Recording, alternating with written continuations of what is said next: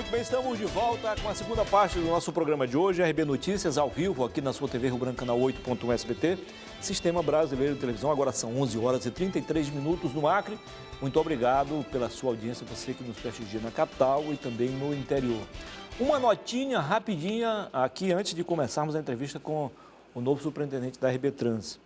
O senador Rodrigo Pacheco, do DEM de Minas Gerais, é o novo presidente do Senado. Ele venceu no primeiro turno a Simone Tebet, do MDB do Mato Grosso do Sul. Quem também venceu a eleição no primeiro turno e é o novo presidente da Câmara Federal é o deputado Arthur Lira, do PP. Agora chamam progressistas, né? Do PP de Alagoas. Então, eles que vão comandar, respectivamente, o Senado e a Câmara, né, que compõe, então, o Congresso Nacional nos próximos 2 anos. Isso mesmo. São alinhados ao presidente? São, mas não são subordinados, ok? É diferente. Certamente que não vão fazer o que o Maia fazia, né?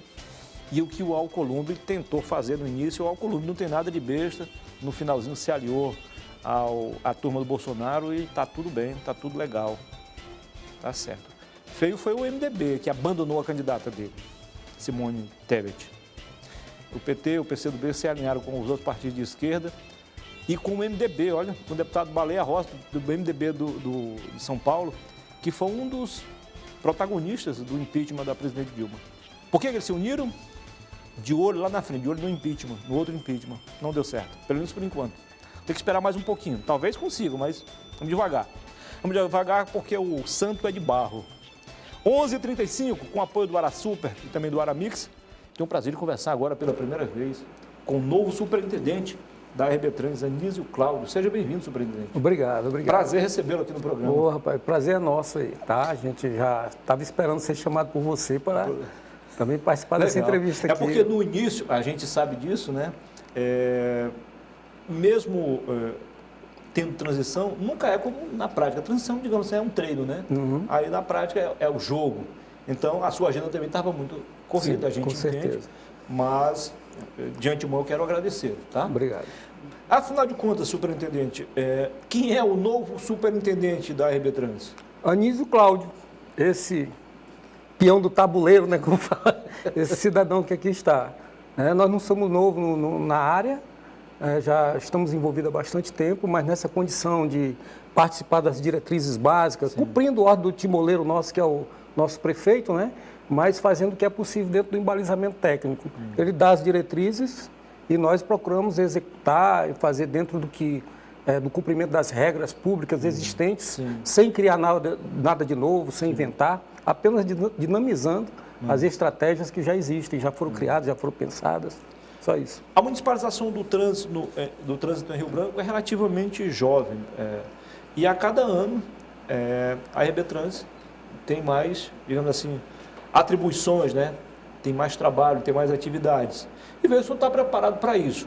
Só falta boa sorte, então é isso que a gente, de antemão, já deseja. Obrigado. É verdade que não há muito tempo atrás, quem estava gerindo o trânsito no município de Rio Branco era o Detran, por ter uma estrutura melhor, uma estrutura historicamente construída, né?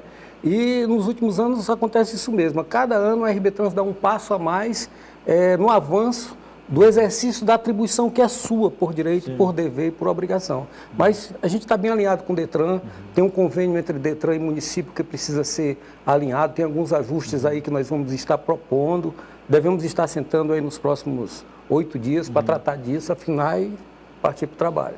Presidente, superintendente, só para o telespectador que está nos assistindo, eu poder ver de ofício, sei, mas a maioria não sabe, nem tem a obrigação de saber, né?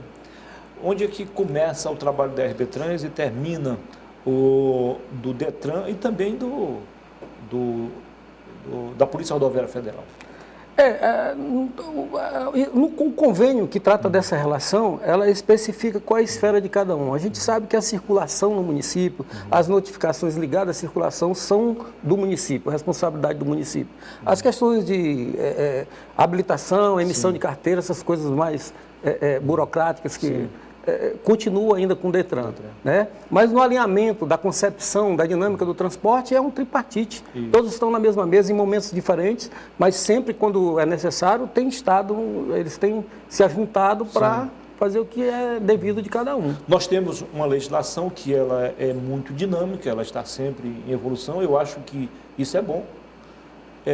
E para que isso seja, de fato, útil, é preciso haver fiscalização. Sem fiscalização, pouco, quase nada interessam as leis, né? Perfeito. E como é que está esse processo aí, um mês depois que o senhor está no comando da RB Trans? A fiscalização ela tá sendo estruturada e afinada para a sua atuação. A administração atual ela não pretende sair buscando notificar, multar por multar.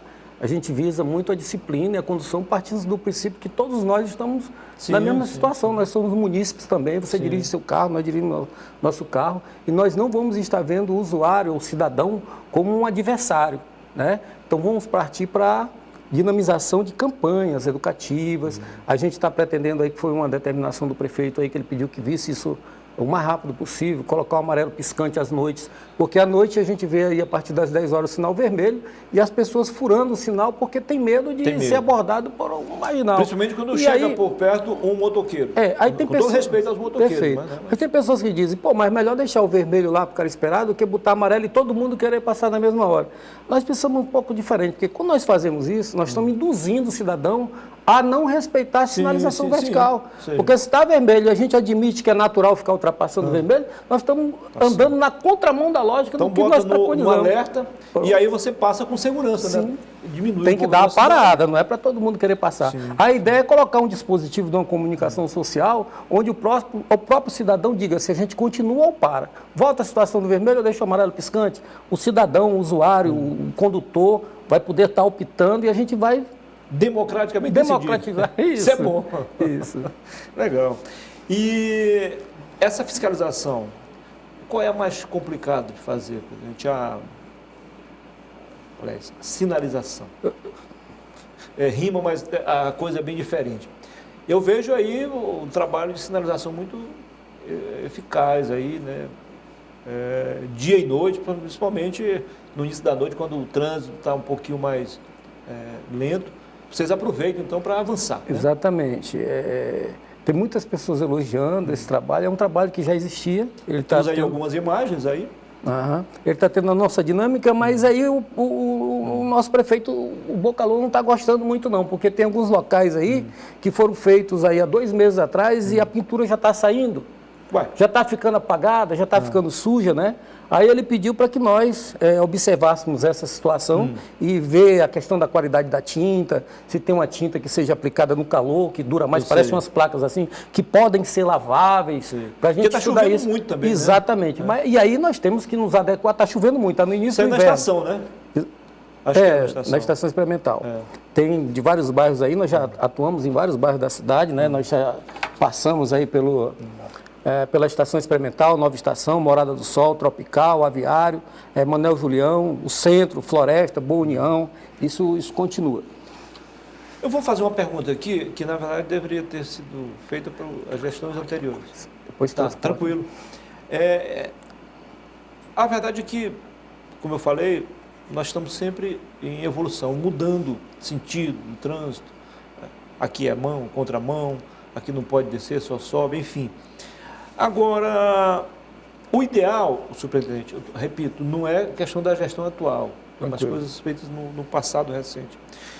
O ideal não seria colocar em votação, pelo menos ali, para a comunidade ser ouvida, embora que ela não tenha um poder de decisão, mas ser ouvida antes de qualquer mudança de direção no trânsito? Sim, tipo assim, toda ação que um gestor que mexe com a situação ligada à mobilidade, quando ele vai executar um projeto desse tipo, ele vai estar impactando no usuário, vai estar impactando em outras pessoas. Mas ele precisa ter o foco balizador da técnica. Ele precisa fundamentar suas ações dentro de uma lógica de dinamizar o serviço. Então ele precisa trazer isso. Tem algumas questões que ele não pode abrir mão. Ele tem As próprias regras públicas existentes no nosso país dinamizam algumas situações, né? Tipo, é uma tendência a nível nacional se trabalhar com binários, aquela coisa de você ir por uma via, ir por outra. Você chega em Porto Velho e você vê isso com muita transparência, você sente que é mais carros do que aqui rodando e o trânsito flui melhor. Mas porque lá também tem uma geometria da cidade que favorece mais a implementação de binários. Tá? Isso é uma política pública, já todo leigo, não precisa ter estudado engenharia de tráfego, nada, para entender que todas as conversões às esquerdas são conflitantes. Né? O bom é que tem a direita livre para todo lado, que não vai ter conflito com quem está vindo de lá. Essas premissas estão no corpo, no sangue de quem está trabalhando tecnicamente. Então, o ideal é evitar o máximo possível a conversão à esquerda. Sim, esquerda. Porque você sai e conflita com quem está vindo no sentido contrário. Se a direita ali na Getúlio Vargas... Fica mais propício para um acidente, né? Fica mais propício para acidente a conversão à esquerda, com certeza. Algumas pessoas, por exemplo, que moram no Tropical, aí não puderam mais pegar aquela rua da rotatória, não podiam mais subir ali. Aí tudo bem. Daí a pouco, eles não podiam também mais descer ali, que vai sair lá na Federação Espírita. Então, para aquelas pessoas, tiveram que pegar a Ceará ou vir pela Rua do Aviário. Quer dizer, complicou a situação para muita gente. Exato. Eu sei que para boa parte das pessoas que passam aquilo ali, que usam como corredor, melhorou. Mas para a comunidade, foi um desastre. Eu espero que, quando eu tenha falado que existem os balizamentos técnicos que devem ter seguido, eu não seja interpretado como que uma pessoa que está dizendo que não vai haver a relação com a população, com o usuário. Precisa sim, precisa ser ouvido. Ele entra como um balizador, o que não faz é deixar lá, porque senão também não existiria necessidade de prepararmos técnicos e tal para trabalhar à luz da legislação, à luz das regras públicas. Né? O nosso amigo Neto da produção fez uma pergunta e olha só, surgem aqui, apesar da gente não ter aberto aqui para participação pelo WhatsApp, ao vivo, mas tem várias perguntas aqui que se encaixam na que o Neto sugeriu. Por exemplo, denúncia aqui, talvez a RB3 não saiba, é importante fiscalizar. Sim.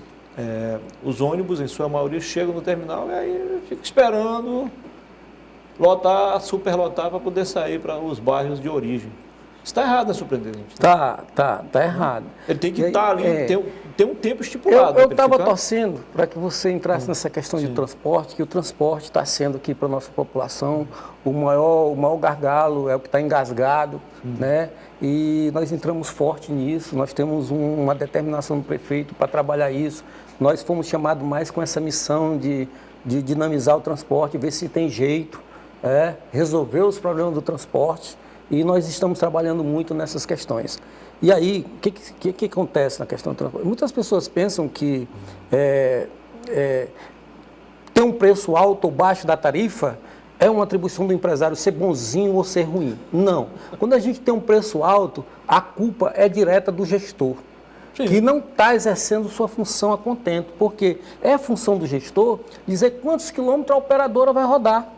E ele tem a obrigação de colocar esses quilômetros para a operadora rodar de acordo com a demanda. Essa planilha tem que ser transparente, ele não, né? Sim.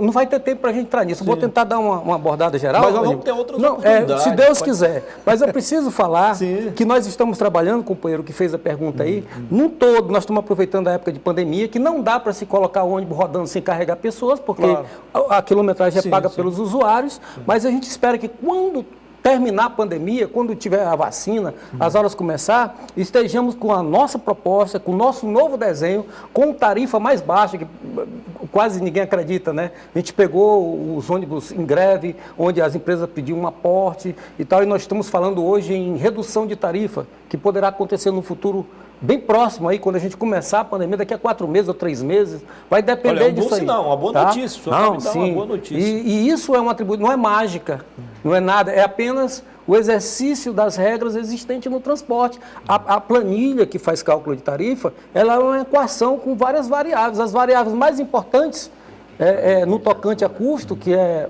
o serviço feito, a quilometragem, pode ser adequada à demanda. Sim, Né? claro. A gente tem o IPK lá, hoje a gente está trabalhando com um índice de passageiro de 0,7 passageiro por quilômetro. É muito baixo. A gente tem um custo de quilômetro de aproximadamente R$ 4,60. Então, se você tem R$ 4,60 com 0,7, menos de uma pessoa por quilômetro, a tarifa hoje seria tipo R$ 7,00 alguma coisa. Mas nós já estivemos em Rio Branco com o IPK, com 2,8 pessoas por quilômetro. Se a gente conseguir botar 2, a gente vai ter 4,6 dividido por 2, que dá 2,30. Olha a diferença. Entendeu? Então a gente pode falar de tarifa de 2,30, de 2,50, Claro, de 2,80, de R$ 3,00, não sei. A gente vai estar trabalhando esses elementos com a demanda. Nós não podemos projetar sem um substrato da equação, Claro. sem o que alimenta a equação. Eu vejo aí, surpreendente, que a caixa preta começa a ser aberta. Dentro da concepção real da Caixa Preta, sim, porque Caixa Preta, no real, é um lugar onde estão as informações, né? Não é que tinha pessoas roubando, Sim, não é pessoas correndo com dinheiro no Exatamente, bolso, é. não Claro, é isso, claro. né? A gente tem muitos Sim, companheiros aí que trabalharam no órgão. A parte de trânsito está tranquila, está muito boa de ser gerida, ela já tem uma dinâmica apresentável. Né? Claro. O transporte aqui está meio confuso e a gente vai estar nessa caixa preta aí, ajeitando isso aí. Nós vamos dar sequência a esse assunto em breve. Vamos, com aqui. prazer, com prazer. Mas para hoje ainda, tem a última pergunta, no que se refere à higienização dos ônibus. A RBTrans está fiscalizando esse ponto, e que há muita reclamação nesse sentido. Ô, Diniz, a reclamação no ônibus é em todos os sentidos. Eu não vou poder estar te falando no momento que nós ainda não estamos com a equipe de fiscalização na rua, nós estamos trabalhando a dinâmica para mudar essa coisa. Entendi. Não ter ônibus indo para terminal onde o usuário não quer ir, que isso é que está enchendo o saco. Entendi, Né? entendi. O usuário hoje, se disser assim, ó, vocês vão andar com o ônibus um pouco mais sujo, mas ele vai estar passando de hora em hora, mas que chega aquela hora, ele se arrume, se apronte, vá para a parada e o ônibus caiba ele dentro, ele entra e vá para onde ele quer ir, sem ter que ir para... Ele quer ir para frente, primeiro tem que ir para o lado, esse tipo de negócio aí é que a gente está trabalhando, a gente leva tempo para isso. A nossa equipe técnica, ela não é tão grande, ela é um pouco resumida, nós estamos focando muito. Porém, nessas imagens que passou ainda agora do trânsito, tem alguém lá com um colete de RBTrans, nós estamos com a nossa equipe da fiscalização na rua, ajudando os cadeirantes a subir nos veículos, Isso é bom. entrevistando pessoas com suas mágoas, suas traumas de estar esperando 2 horas na parada. Nós mesmos estamos entrevistando, nós temos... Colhendo as informações em loco. Isso é bom. Isso é bom. E aí, eu peço Tá aí a paciência. ação, tá aí a ação que o senhor está falando. Isso é pessoas nossas que são agentes. Isso né? é cidadania, gente. Isso é cuidar E de meu gente. irmão, nós estamos trabalhando para daqui a uns 4 meses começar, quando surgir, quando vier, a volta do usuário para o sistema, o início das aulas, a gente começar com a efetivação do nosso trabalho que está sendo tratado em gabinete. Seria isso. Muito obrigado, superintendente, pela entrevista. Parabéns pelo trabalho. Gostei muito da espontaneidade, da naturalidade das respostas em relação às perguntas. Muito obrigado. Tá. Sucesso, tá bom? Tá, obrigado. Depois do intervalo, gente, eu até confundi aqui. Eu confundi uma coisa com a outra, mas na verdade não é o superintendente do IAPEM. Eu vou entrevistar o Éden Azevedo, que é o presidente da Associação dos Policiais Penais, é isso? Ele também é professor de matemática. Tudo isso em 2 minutos.